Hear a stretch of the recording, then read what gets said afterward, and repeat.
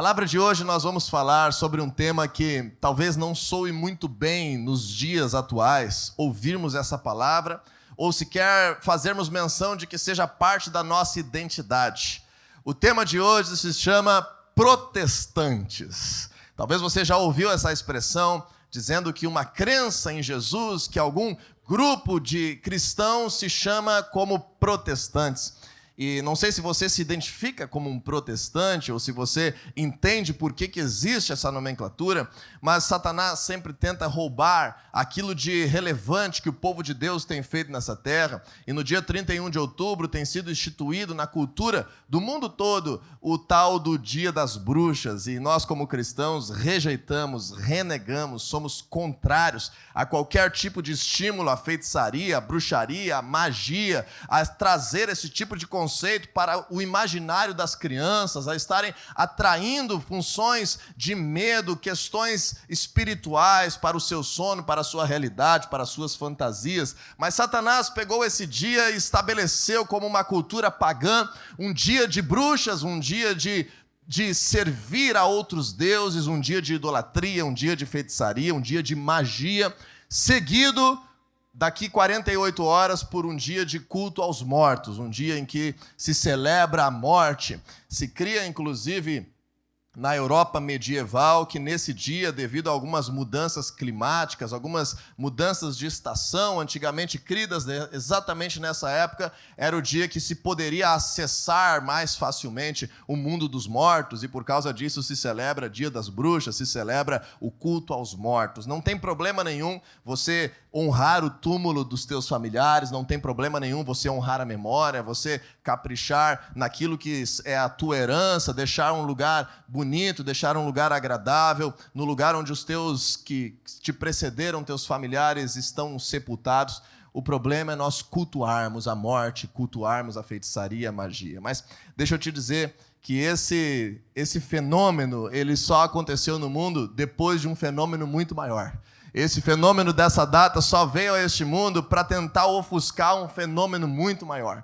Porque no dia 31 de outubro de 1517, um homem chamado Martin Luther, na igreja de Wittenberg, na Alemanha, pregava as suas 95 teses que ficaram conhecidas como um marco da reforma da igreja, do avanço do cristianismo, da restauração, de tirar a corrupção de dentro da igreja, de tirar a idolatria, de tirar as indulgências, de trazer de volta o acesso à palavra de Deus para o povo.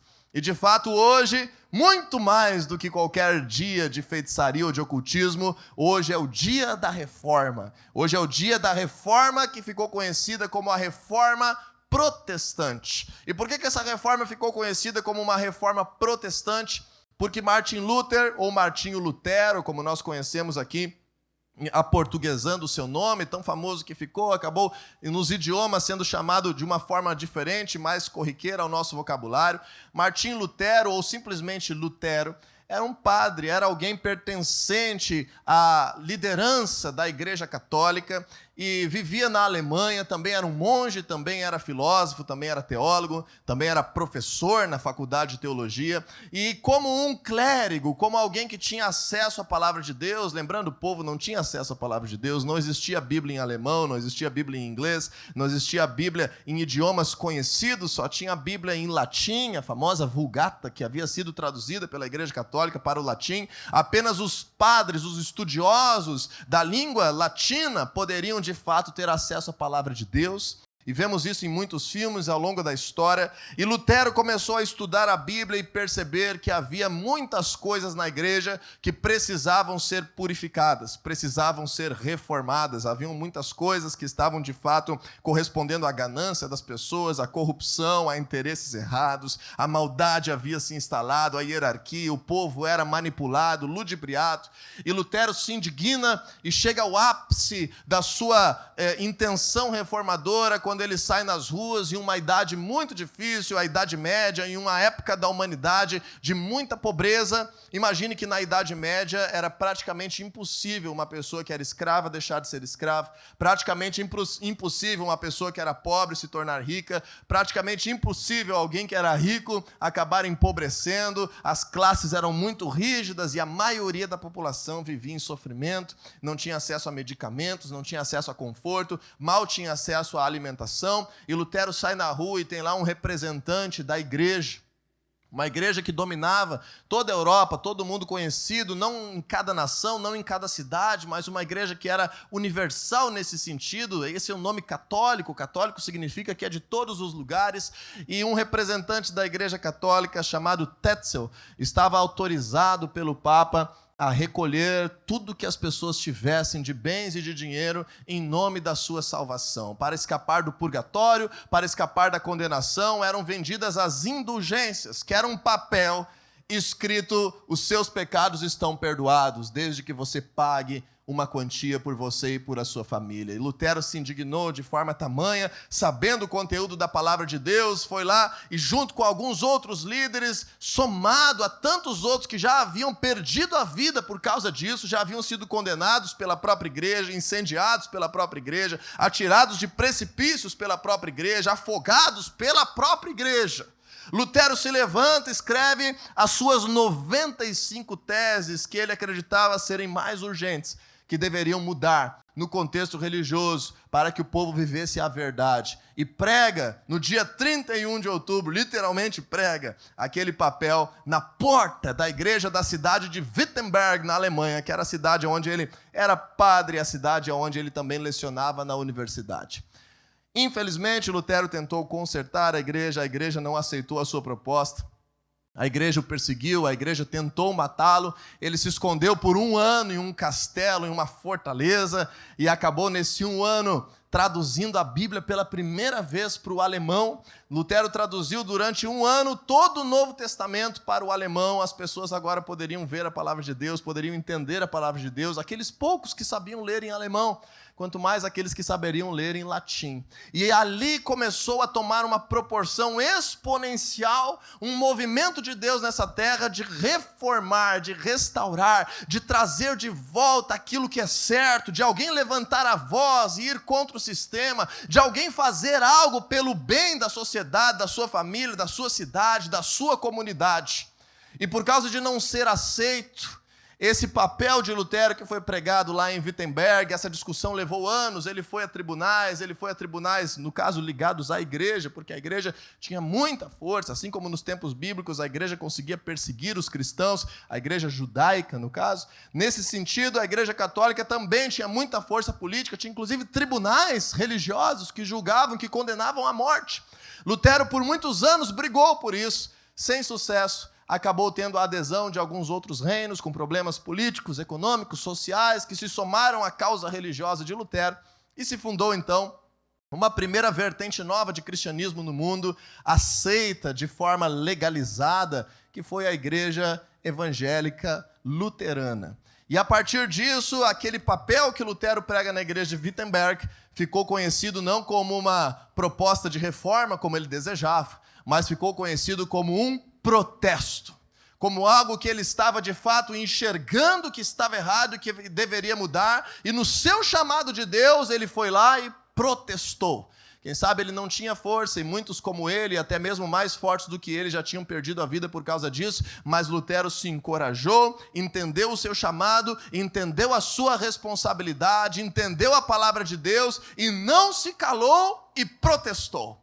A partir disso, muitos reinos aderiram à forma de Lutero entender a religiosidade e o cristianismo. Logicamente, tinham interesses políticos e econômicos junto com isso, porque não queriam que houvesse interferência de uma igreja que era aquela União Europeia fora de época religiosa, em que o Papa tinha autoridade, tinha terras, tinha poder, tinha exército, tinha tribunal, em qualquer país que quisesse. As nações estavam surgindo, os reinos, os principados estavam surgindo na Europa. Então agora Lutero traz uma igreja que não quer dominar sobre toda a terra nesse sentido político, mas uma igreja que quer ser influência sobre a sua sociedade e começa a ser agora vinculada a cada povo, a cada cidade, a cada governo. E Lutero é bem recebido. E alguns anos depois, esses príncipes se reúnem, vão até Roma e, de fato, propõem contra o imperador, inclusive, uma guerra. E foi conhecido isso como os protestantes, aqueles reis influenciados por aquele papel que aquele padre simples numa pequena cidade pregou na porta da sua igreja, se tornaram agora os protagonistas de uma cultura protestante.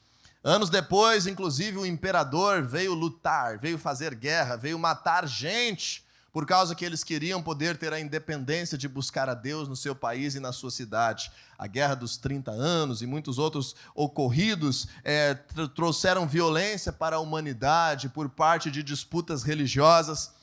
Mas graças a Deus, porque Luteros e tantos outros como John Hus, Savonarola, Zwinglio, Calvino e tantos homens reformadores se levantaram e protestaram, e tem causado um mundo melhor. Se nós estamos aqui hoje, se o evangelho chegou aqui, esse evangelho que conhecemos, esse evangelho bíblico que conhecemos, é graças a homens como Lutero, é graças ao 31 de outubro, é graças a entendermos que cristãos, na sua maturidade em Deus, podem e devem protestar contra tudo o que estiver desalinhado daquilo que a palavra de Deus estabelece. Por isso, hoje eu chamei essa palavra de protestantes, porque eu não quero falar de Lutero, eu quero falar de mim e de você. Como herança disso que nós temos visto ao longo da história, de que a igreja que se posiciona na sua sociedade, o cristão que se posiciona na sua família, o aluno cristão que se posiciona na sua escola, o estudante universitário que se posiciona na sua faculdade, o trabalhador que se posiciona na sua empresa, a ponto de protestar, a ponto de reivindicar aquilo que sabe que são os caminhos corretos da palavra de Deus, está sendo um cristão excelente. Quando nós entendemos isso, nós fazemos o tempo avançar. Poderíamos falar de tantos homens, como vamos dar um exemplo daqui a pouco, ao longo da história, mas eu gostaria de remeter, assim, 500 anos à frente. Um episódio que aconteceu nessa semana. Eu não sei se vocês viram, mas um jogador de vôlei da seleção brasileira se tornou notícia em todos os meios de comunicação. Tristemente, a notícia veiculada, a forma que foi veiculada nos meios de comunicação, midiáticos, jornalísticos, inescrupulosos, comunistas, tendentes ao comunismo, ao socialismo, às políticas de igualdade, acima da liberdade, rotularam-no como um homofóbico, como alguém que estaria se levantando contra as pessoas que têm uma opção sexual diferente da sua. Mas nós temos acompanhado, e não é isso que o Maurício Souza fez, ele simplesmente usou o seu próprio Instagram. Gente, imagina a grandeza disso, a tua própria rede social pode render uma demissão, pode render um processo contra ti, por causa de algo particular que tu estabelece como um valor e uma crença tua. Então o Maurício postou na rede social dele algumas coisas com certa indignação de valores que ele acredita já há alguns dias atrás, algumas semanas atrás, começando pela nova invenção aí dos desenhos animados, em que existe uma nova versão do desenho do Superman, em que o filho do Superman vem agora às telas, aos olhos dos nossos filhos, do pequeno Levi, que está com alguns meses, que terá a oportunidade daqui a uns anos de assistir televisão, e daqui a mais anos de escolher o que ele assiste ainda, que o filho do Clark Kent é homossexual. E mostra em um desenho infantil para crianças de 3, 4 anos de idade, cenas de beijos homossexuais nesse desenho, nessa história em quadrinhos. E simplesmente o Maurício, como alguém de valores conservadores, postou isso na sua rede social. Não falou nada publicamente no seu time que jogava, não fez nenhum protesto público lá no ginásio de esporte, simplesmente postou a sua opinião na rede social, se colocando contra também isso que eu não sei se você já ouviu falar, chamado de pronome neutro. Você já ouviu falar em pronome neutro? Pronome neutro, além de uma imbecilidade, é uma grande tentativa das trevas de destruir aquilo que Deus estabeleceu como sexo masculino e feminino. a fim de que você olhe uma pessoa na rua e você não pode ofendê-la, porque pode ser que ela pareça homem, mas não seja homem, pareça mulher, mas não seja mulher, crê em alguma coisa. Então você tem que chamar as pessoas em um vocabulário, isso que diz o pronome neutro, que não defina o que ela é sexualmente ou de forma genérica ou na sua preferência, por respeito. Então ele postou algo assim contra os pronomes neutros, postou algo contra a incitação ao homossexualismo em desenhos infantis, a erotização dos desenhos, e simplesmente o seu contrato como jogador de voleibol profissional da seleção brasileira foi cancelado pelo clube em que ele atuava.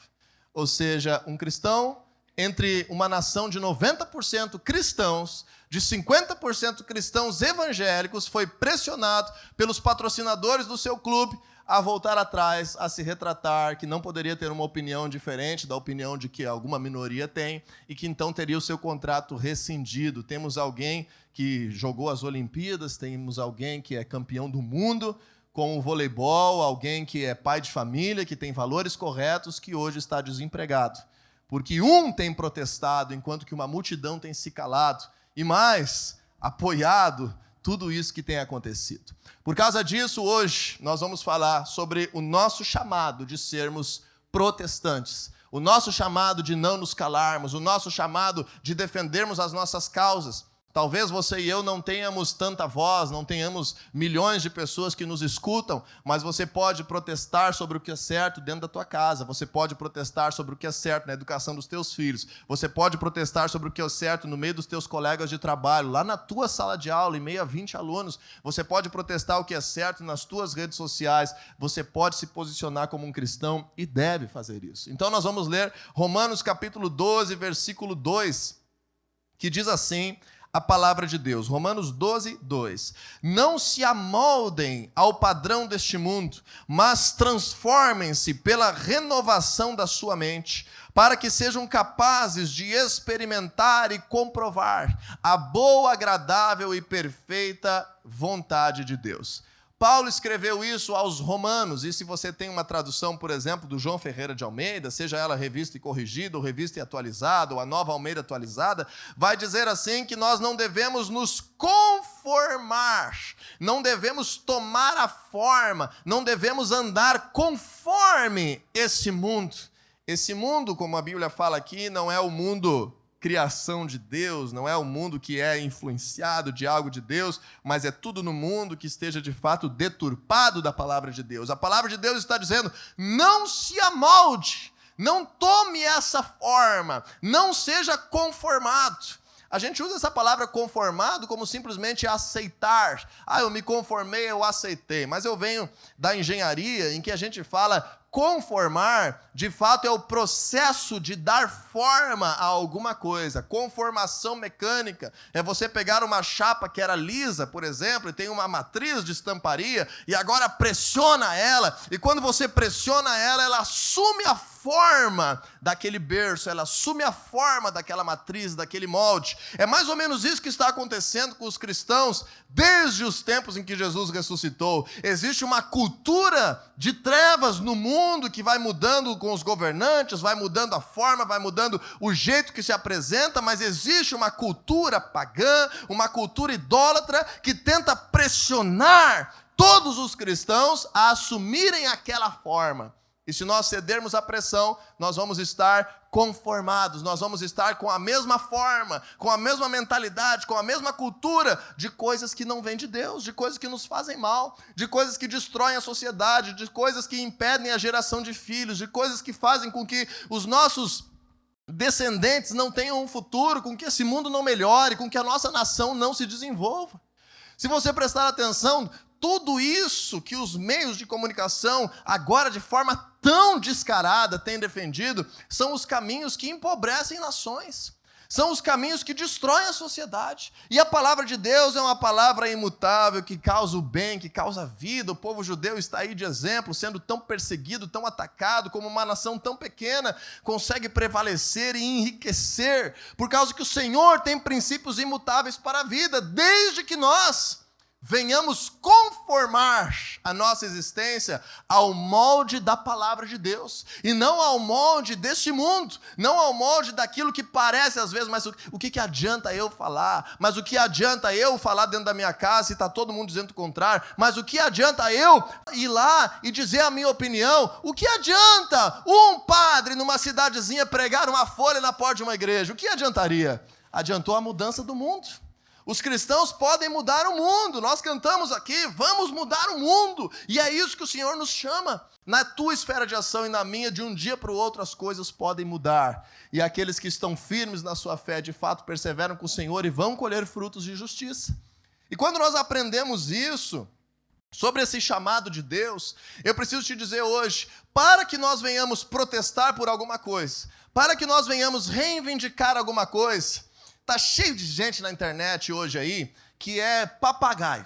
Tá cheio de gente aí que fica só repetindo sem saber de onde é que saiu, sem saber o que aconteceu. Tem uns quantos cristãos que simplesmente repetem alguma coisa que um rostinho bonito de olho azul disse na TV, mas sem saber o que é de fato, sem saber o que significa, e quando vê, está defendendo dentro da sua casa coisas absurdas, mascaradas de bonitinhas. Então o que nós precisamos como cristãos? Precisamos ser um povo sábio, nós precisamos ser um povo instruído, nós precisamos ser um povo maduro, nós precisamos andar em discipulado, nós precisamos ser um povo estudioso, nós precisamos conversar sobre coisa que presta, nós precisamos nos envolver para o bem da nossa sociedade, não nos importarmos apenas com nós mesmos. Então a primeira coisa que precisamos para protestar é ter uma referência. Ninguém protesta sem uma referência. Pode ver, todas as pessoas que protestam têm uma causa por trás. Hoje é uma minoria na sociedade que protesta, mas essa minoria que protesta tem a sua causa bem definida. E isso é louvável porque está tentando construir o mundo de acordo com aquilo que acredita. O problema é que a maioria da população não quer reivindicar as suas ideias e é conformado àquilo que as minorias acreditam. Então, quando se tem uma causa clara, quando se tem uma bandeira clara, quando nós temos algo que nós acreditamos, uma referência, nós vamos poder protestar. Porque quando nós protestamos, alguém vai perguntar por quê. Quando nós protestamos, alguém vai criticar. Quando nós protestamos, talvez nós vamos ter que justificar por que estamos tendo aquela posição, e para isso precisamos de uma referência. E qual é a nossa referência? A nossa referência é a palavra de Deus. Nós temos uma régua, que é a palavra de Deus. No livro de Amós, o Senhor declara que Ele está com um prumo em suas mãos. Nós temos a palavra de Deus, em Amós 7,7. A palavra de Deus declara que o Senhor anda como que um prumo em suas mãos para alinhar as coisas. A nossa referência não pode ser a nossa opinião apenas. A nossa referência não pode ser aquilo que achamos. A nossa referência não pode ser aquilo que ouvimos falar. A nossa referência é a palavra de Deus. Então, abra comigo a nossa referência em Salmos capítulo 119. Nós não vamos ler todo, não se preocupe. Salmos capítulo 119, versículo 160. Esse é o maior capítulo de toda a Bíblia. Salmos capítulo 119, versículo 160. E eu gostaria que você pudesse ver a palavra de Deus com outros olhos. A palavra de Deus não é uma coisa que apenas te faz se sentir bem. A palavra de Deus não é um livro que apenas refrigera a tua alma de vez em quando. A palavra de Deus não é um livro sobre a salvação da tua alma somente. A palavra de Deus não é um livro apenas sobre perdão de pecados. A palavra de Deus é a revelação de Deus para que tenhamos uma vida abundante. Em Isaías 1,19, a própria palavra de Deus diz assim: se vocês quiserem me ouvirem, vocês vão comer o melhor dessa terra. Queira ouvir, queira obedecer, queira entender a palavra de Deus, e o resultado é crescimento, é prosperidade, é o melhor dessa terra, é desenvolvimento. E aí quando nós entendemos isso, o Salmo 119, versículo 160 diz assim: a verdade é a essência da tua palavra, e todas as tuas justas ordenanças são eternas. Qual é a nossa referência? Que a palavra de Deus é a verdade para as nossas vidas. Então a gente pode ter opinião sobre tudo, desde que passe pelo crivo da palavra de Deus, é algo sólido pelo qual nós podemos brigar, pelo qual nós podemos protestar, pelo qual nós podemos reivindicar mudança, transformação, levantar a nossa voz. Você vê aquelas manifestações que nós tivemos no dia 7 de setembro, infelizmente aqui no Rio Grande do Sul não conseguimos ter muita expressão, inclusive choveu no dia, mas no Brasil inteiro tivemos manifestações muito lindas, cristãs e conservadoras no dia 7 de setembro. Você talvez não tenha percebido, porque já passou 40 dias, mas deu muito resultado, trouxe muito fruto. Os abusos que estavam sendo cometidos tiveram que ser freados, porque o povo simplesmente falou algo, compareceu, se expressou, declarou aquilo que pensava de alguma forma, de forma pacífica, sem violência, sem estar destruindo nada, sem estar depravando nada. O Senhor levantou as pessoas para estarem construindo um mundo melhor. E quando nós entendemos isso, se a palavra de Deus é a nossa referência, nós precisamos ter um ideal. A segunda coisa que precisamos ter, primeiro é uma referência, segundo é um ideal. Porque se nós temos um ideal de que eu viva bem o resto da minha vida, eu vou pensar o seguinte: o que eu vou estar dando voz, o que eu vou estar me envolvendo com coisas que não tem nada a ver com o que está acontecendo aqui na minha vida? Eu que sou um jovem solteiro, estou aqui construindo a minha vida, por que eu tenho que me envolver nisso se eu quero Deus é para mim? A gente tem que saber qual é o ideal que a palavra de Deus tem, qual é a visão que a palavra de Deus tem sobre o nosso comportamento, o nosso sonho para essa terra. Deixa eu te dizer, se o teu sonho é permanecer na igreja até o dia da tua morte para ir para a eternidade, que isso é só o que Deus tem para ti, é um sonho muito pequeno. Porque a palavra de Deus te coloca pertencendo a um novo reino. A palavra de Deus nos coloca pertencendo a uma nova nação, a um novo povo, a alguém que é chamado para algo extraordinário. E quando nós aprendemos isso, o nosso ideal, o nosso objetivo tem que ser o reino de Deus. O nosso sonho precisa ser o reino de Deus. Nós, pela palavra de Deus, temos todos os indícios como uma responsabilidade de sonharmos com a instauração do reino de Deus. E quando eu falo isso, você precisa pensar em você primeiro, logicamente, no teu interior, no teu vocabulário, na tua saúde, na tua salvação. É o primeiro passo, mas esse é o primeiro de muitos passos. Depois você tem que pensar na tua família, depois você tem que pensar na tua casa, depois você tem que pensar naquilo que você se envolve, no teu trabalho, nos teus clientes, nos teus estudos, nos teus relacionamentos, naquilo que você cultiva. Você tem que pensar no bem-estar da tua cidade, do teu bairro. Você tem que se preocupar com a insegurança, você tem que se preocupar um pouco mais com a violência, com aqueles que estão se perdendo, com aqueles que estão em miséria. Nós temos que nos preocupar em trazer o reino de Deus e nos preocupar com os nossos governantes, nos preocupar com as eleições. Temos que nos preocupar com aquilo que a mídia está enchendo a cabeça das pessoas todos os dias, porque o nosso ideal é que o Senhor Jesus reine, não que as trevas reinem. As trevas já reinam há muito tempo. Imagine que o apóstolo Paulo escreveu aos romanos, você leu aí comigo na Bíblia, Romanos 12:2, ele disse aos romanos, no primeiro século, ele disse: não se conformem com os padrões deste mundo. Sabe para quem que ele está dizendo isso, gente? Ele está dizendo para alguém que, se descobrisse que essa pessoa era cristã, ia ser condenado à morte. Ele está falando sobre a capital do Império Romano, de pessoas que tinham relações sexuais no meio da rua, de pessoas da nobreza que estavam passando do teu lado, daqui a pouco simplesmente defecavam ali no chão mesmo, e daqui a pouco mandavam você limpar ainda. Pessoas de uma sociedade completamente hipócrita, aristocrática, completamente pervertida, em que a perversão sexual tinha tomado conta de toda a capital romana, e por isso foi a sua decadência, por isso foi a sua perversão. Os imperadores, inclusive, se perdiam na sua própria sexualidade. Nero é um exemplo disso. E quando nós vemos Paulo falando isso aos romanos, não existe problema social que nós não possamos enfrentar. Se os cristãos do primeiro século enfrentaram, não se conformaram, reagiram, quiseram a vontade de Deus para a sua vida. Então, por isso, abra comigo mais um texto, nós vamos ter mais um ou dois ainda. Apocalipse, capítulo 11, versículo 15. Esse é o nosso sonho, esse é o nosso ideal, esse precisa ser o nosso objetivo, esse precisa ser o lema das nossas vidas. Apocalipse, capítulo 11, versículo 15, uma visão de futuro, uma visão de vitória, uma visão de avanço.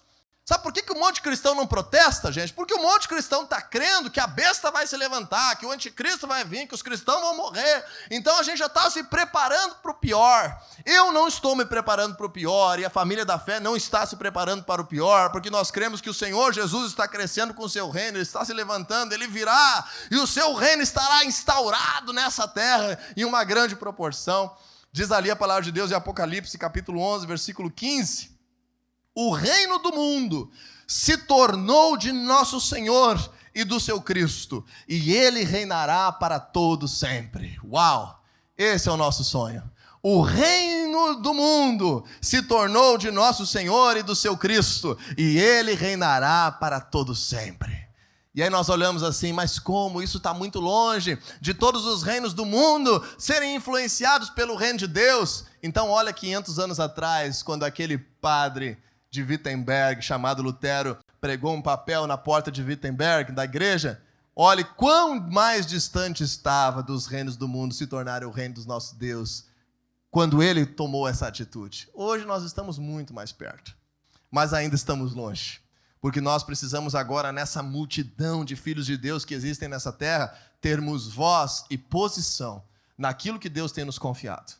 Então, naquilo que Deus tem te confiado, nos amigos que você tem voz, na casa que você tem voz, no trabalho que você tem voz, na rede social que você tem, nós precisamos ter esse sonho por trás de tudo que nós falamos, por trás de tudo que nós fazemos, por trás das nossas atividades de trabalho, por trás dos valores da empresa que nós temos, por trás daquilo que nós somos.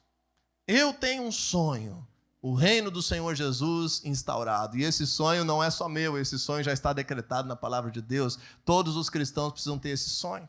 Existia um outro Martinho Lutero no mundo, coincidentemente, também chamado de Martin Luther, mas agora com um sobrenome a mais, com um codinome a mais. É o Martin Luther King. Já ouviu falar dele? Martin Luther King viveu no século XX, nos Estados Unidos da América. Viveu com o ideal, e ele fez um discurso na época, na década de 60, se não me engano, posso estar errado agora na data, em que ele falou publicamente para 200 mil pessoas. E Martin Luther King teve o discurso, quem sabe, mais emocionante e fascinante da face da terra, quando ele disse: I have a dream, eu tenho um sonho. Eu tenho um sonho de ver brancos e negros sentados no mesmo ônibus. Eu tenho o sonho de ver famílias brancas e negras indo aos mesmos lugares. Eu tenho o sonho de ver crianças brancas e negras brincando juntas nas escolas. Eu tenho um sonho de que haja a disseminação, de que haja o amor, de que haja as famílias entendendo o seu papel social e que toda essa barreira se desfaça.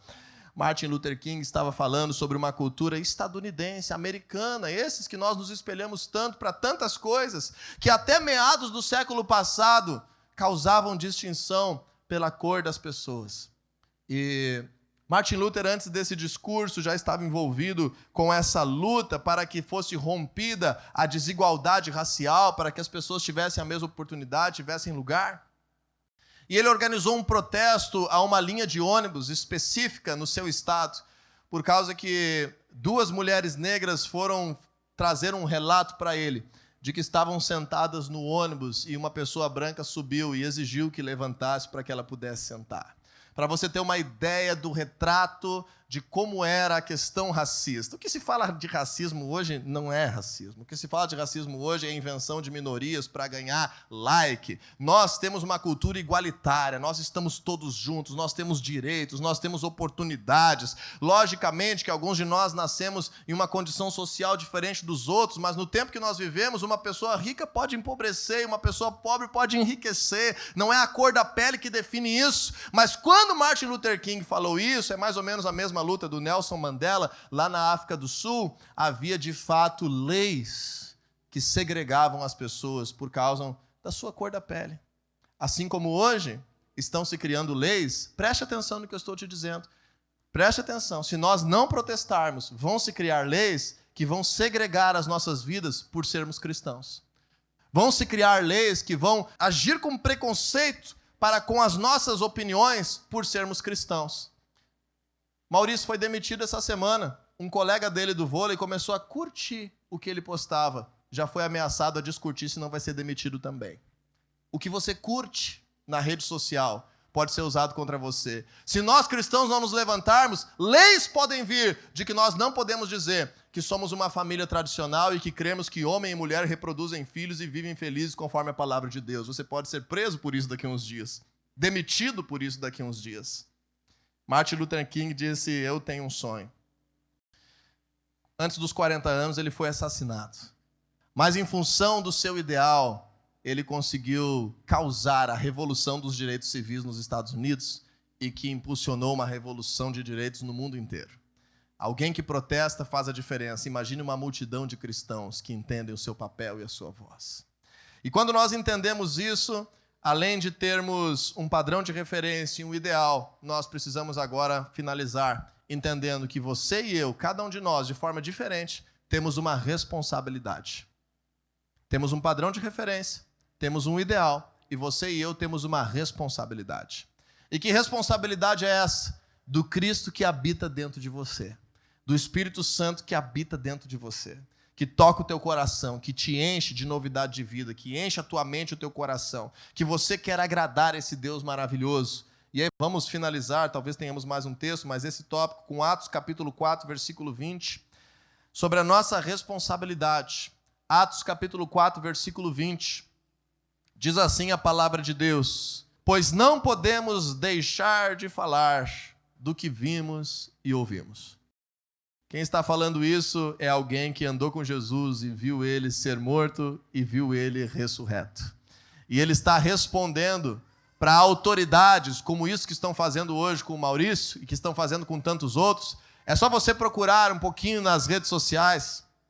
Se você der um Google aí e procurar alguma coisa relacionada a essa questão de restrição de liberdade, você vai ver que existem fotógrafos dos Estados Unidos que estão sendo incriminados judicialmente por preferirem trabalhar apenas com casamentos de famílias tradicionais. Você vai ver uma história de uma mulher que se negou a fazer um bolo para uma festividade de uma crença que ela não compactuava e está sendo incriminada e processada pela justiça por se negar a fazer um bolo para uma festa de coisas que ela não concordava. É isso que o pensamento de esquerda faz. Restringe a liberdade das pessoas em nome de uma igualdade daquilo que uma minoria acredita. Mas só perceba um detalhe: aqueles que estão no topo dos governos de esquerda são aqueles que têm toda a liberdade e fazem o que quiserem, porque ditam para todos aquilo que acreditam. Então, quando nós entendemos isso, o apóstolo Paulo está indo contra autoridades que poderiam lhe prender. O apóstolo Paulo, não Pedro. Inclusive lhe prenderam e proibiram de que falassem em nome de Jesus. Disseram: vocês não podem falar, vocês estão causando tumulto, vocês não podem levar essa notícia. Gente, imagina isso, imagina a dor do coração de Deus, os líderes judeus proibindo que Jesus fosse proclamado, porque as pessoas estavam indo atrás dessa notícia, estavam deixando eles.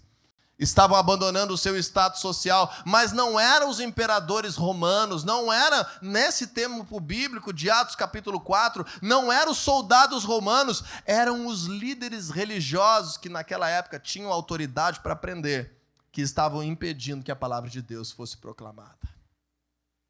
Que dor no coração do Senhor. E o apóstolo Pedro diz: olha, vocês podem nos prender, podem fazer o que vocês quiserem, mas nós não vamos parar, porque nós não podemos deixar de falar daquilo que vimos e ouvimos.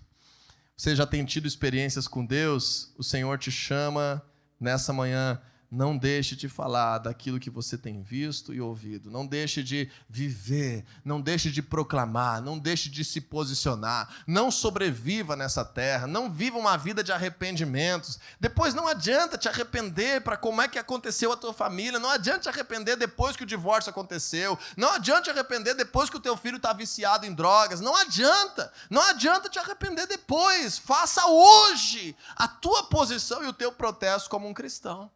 Não adianta. Não adianta se arrepender depois que você não tiver oportunidade de trabalho só por ser cristão. Faça agora o teu papel nessa terra. Em 1 Pedro, capítulo 2, versículo 9, diz assim a palavra de Deus: vocês, porém, são geração eleita, o sacerdócio real, a nação santa, o povo exclusivo de Deus. Ponto final? É isso que está aí?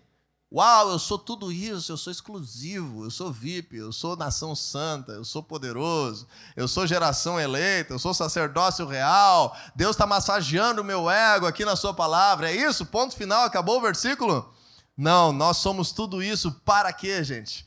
Para que o Senhor nos empodera? Para que o Espírito Santo nos dá a capacidade de operar milagres, de curar os enfermos, de expulsar os demônios? Ontem tivemos libertação aqui. Foram tantos demônios que foram para outros lugares, que eu nem sei contar quantos foram, porque o Senhor nos capacita para viver algo poderoso. São curas extraordinárias que estão acontecendo, salvação nas vidas, milagres, batismos acontecendo. E não é só aqui, é no mundo todo, porque o nosso Deus não nos desampara, o nosso Deus nos faz poderosos. Para quê? Para anunciar as grandezas daquele que nos chamou das trevas para a sua luz. Os milagres e o poder de Deus, isso de estarmos reunidos e sermos encorajados por uma palavra, não é simplesmente ponto final, estou de barriga cheia hoje. Não, é para anunciar as grandezas daquele que nos chamou das trevas para a sua maravilhosa luz. Então anuncia essas grandezas com a tua boca, anuncia essas grandezas com os teus recursos, anuncia essas grandezas com aquilo que você discorda, com o teu posicionamento, apoiando causas nobres, anuncia essa grandeza, proclamando o evangelho àqueles que ainda não creem.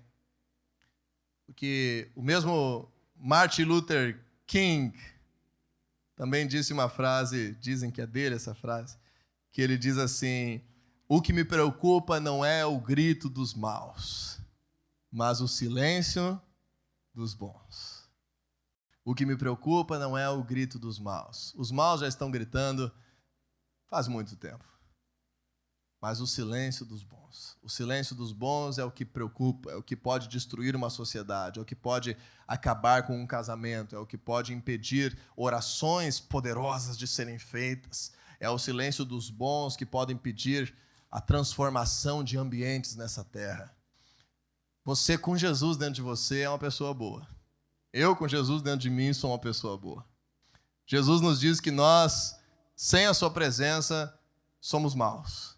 Essa é a nossa essência. O pecado nos torna maus, nos torna gananciosos, nos torna orgulhosos, nos torna egoístas, nos torna maliciosos. O pecado nos faz brigar só por aquilo que nos faça bem, mas o Senhor Jesus em nós nos faz bons. Então estou diante de uma multidão de bons, hoje pela manhã e pela noite, e espero que você entenda a graça, a grandeza do que John Hus, Wycliffe, Lutero, Calvino, Savonarola, Zwinglio, Wesley e tantos outros, em tempos muito mais difíceis, entenderam e causaram essa oportunidade que nós temos de viver um mundo tão melhor hoje. Você pode ser bênção hoje para aqueles que estão ao teu redor, e essa bênção será para gerações para frente.